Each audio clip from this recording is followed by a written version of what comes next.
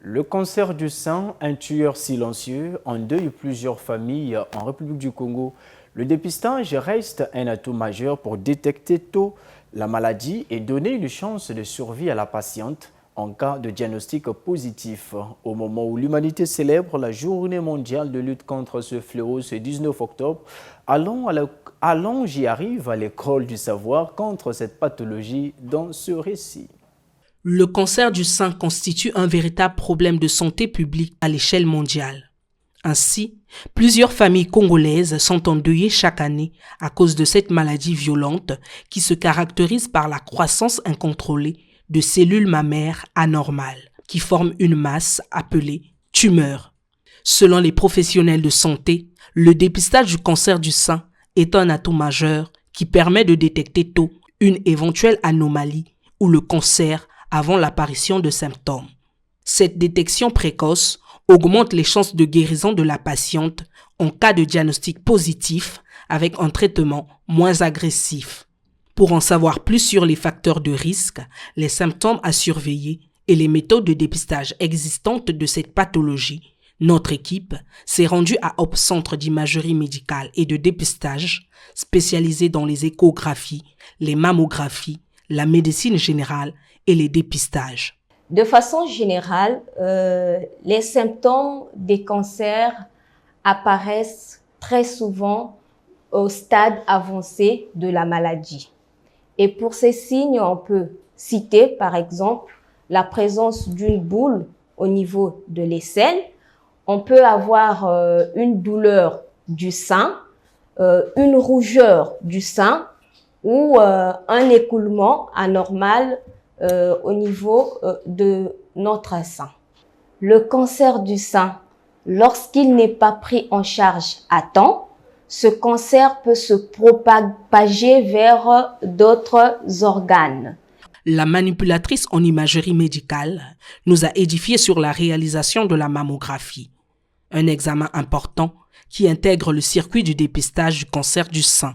La mammographie, c'est une radiographie qui permet d'obtenir les structures internes du sein. Cette palette, c'est la palette de compression. Avec cette palette-là, on va comprimer le sein de la patiente jusqu'à ce que la machine donne l'autorisation de lancer les rayons. Tant que c'est pas bien comprimé, la machine ne donne pas accès pour lancer les rayons. Les rayons passent par là, ça touche le sein et ça va au capteur plan qui capte, qui envoie l'image directement à la machine de contrôle. Puis ça, c'est la première phase. Et la deuxième phase, on incline la machine. Donc chaque sein, on fait d'abord à la droite, on finit. On incline la machine pour prendre le sein. Généralement, on commence de la droite vers la gauche. Donc d'abord de la droite vers la gauche, le sein droit d'abord. Normalement, on ne doit pas se compresser à l'intérieur de la poitrine. Sinon, ça donne aussi des fausses images. On n'utilise pas de cassette. Ça part à la machine de contrôle qui est là. Et c'est là que tout le travail se fait. Et automatiquement, le travail réalisé, on balance à l'imprimante qui imprime l'image. C'est très très simple la préparation. Il suffit seulement de ne pas appliquer de parfum au niveau des aisselles, ni de pommade, ni autre produit d'ailleurs. C'est une contre-indication.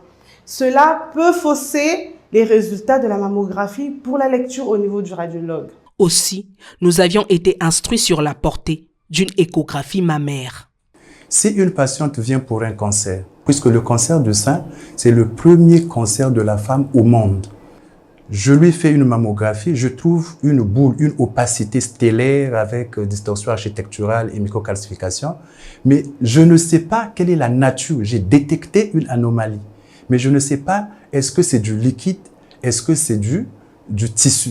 À ce moment-là, c'est l'échographie en complément qui me dira que l'opacité que vous avez vue, c'est plutôt tissulaire, c'est plutôt liquidien. Donc, l'échographie mammaire apporte une caractérisation de la nature de la lésion, ce que la mammographie ne fait pas. Par contre, la mammographie aussi apporte un élément essentiel, ce sont les microcalcifications que l'on ne peut pas trouver à l'échographie. Donc, c'est deux techniques qui sont complémentaires où chacun joue sa partition. Vous savez que en matière d'imagerie, la qualité de l'équipement utilisé compte grandement dans l'établissement du diagnostic.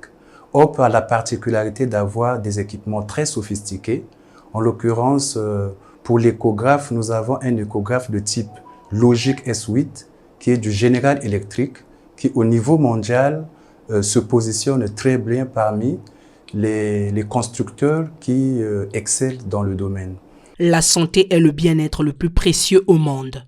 Il est donc essentiel qu'une femme consulte chaque année un médecin pour qu'il puisse procéder à un examen clinique de ses seins, pour qu'en cas de doute ou d'anomalie, qu'elle bénéficie d'une prise en charge tôt pour éviter